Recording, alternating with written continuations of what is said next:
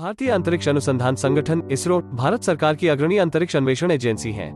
इसे अंतरिक्ष विभाग द्वारा नियंत्रित किया जाता है, जो सीधे भारत के प्रधानमंत्री को रिपोर्ट भेजता है। इसरो ने अब तक अपनी सभी उपलब्धियों और योगदान से हमें गौरवान्वित किया है।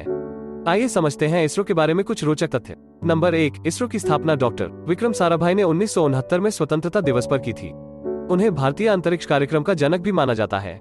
नंबर 2, 19 अप्रैल 1975 को भारत का पहला उपग्रह आर्यभट्ट लॉन्च किया गया था। यह उपग्रह रूस द्वारा उनके कपुस्टिन यार रॉकेट लॉन्च से लॉन्च किया गया था। 1990 के दशक में भारतीय रिजर्व बैंक ने भी एक नया 2 रुपए का नोट जारी करके इस ऐतिहासिक घटना का जश्न मनाया, जिसमें नोट के पीछे आर्यभट्ट उपग्रह की छवि थी। भारत के पहले उपग्रह आर्यभट्ट के लिए बेंगलोर में एक शौचालय को डेटा प्राप्त करने वाले केंद्र में बदल दिया गया था। नंबर 3, SLV-3 भारत का पहला स्वदेशी उपग्रह प्रक्षेपण यान था और परियोजना के निदेशक अब्दुल कलाम जी थे। नंबर 4, इसरो के सभी उपकरणों में विभूति और कुमकुम की 3 क्षैतिज रेखाएं हैं, जो भगवान शिव के माथे पर दिखाई देती हैं। प्रत्येक उपग्रह प्रक्षेपण से पहले वैज्ञानिक श्री क्षेत्र धर्मस्थल जाते हैं और भगवान मंजुनाथ स्वामी की पूजा करते हैं। उपग्रह के लघु मॉडल की पूजा भी की जाती है। नंबर 5, इसरो के एप्पल सैटेलाइट को 1981 में एंटीना रेंज टेस्ट के लिए एक बैलगाड़ी पर ले जाया गया था। ऐसा इसलिए किया गया क्योंकि बैलगाड़ियां लकड़ी से बनी होती हैं और वैकल्पिक ट्रक धातुओं से बने होते हैं, जो सिग्नल में बाधा डालते हैं। नंबर 6, इसरो ने भुवन नामक एक एप्लीकेशन विकसित किया जो उपयोगकर्ताओं को पृथ्वी की सतह के 2D, 3D प्रतिनिधित्व का पता लगाने की अनुमति देता है। नंबर 7, भारत में 2 ऑपरेशनल लॉन्चर हैं, polar satellite launch vehicle PSLV और geosynchronous satellite launch vehicle GSLV। Launch vehicle Thiruvananthapuram के विक्रम साराभाई स्पेस सेंटर में विकसित किया जाता है और इनका प्रक्षेपण चेन्नई के पास श्रीहरिकोटा द्वीप पर सतीश धवन अंतरिक्ष केंद्र में होता है। नंबर 8, इसरो का पिछले 40 साल का खर्च नासा के 6 महीने के खर्च के बराबर है और नासा की इंटरनेट स्पीड 91 Gbps और इसरो की इंटरनेट स्पीड 2 Gbps है। नंबर 9, चंद्रयान 2008 में लॉन्च किया गया भारत का पहला चंद्र मिशन, जिसने भारत को चंद्रमा पर अपना झंडा फहराने वाला चौथा देश बना दिया।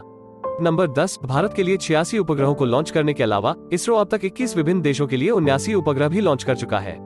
नंबर 11, भारत का अपना नेविगेशन सिस्टम NAVIC, यह सुनिश्चित करने के लिए कि USGPS जैसे विदेशी नियंत्रित सिस्टम पर कोई निर्भरता न हो, कारगिल युद्ध के बाद अपना खुद का नेविगेशन सिस्टम बनाने का विचार रखा गया था।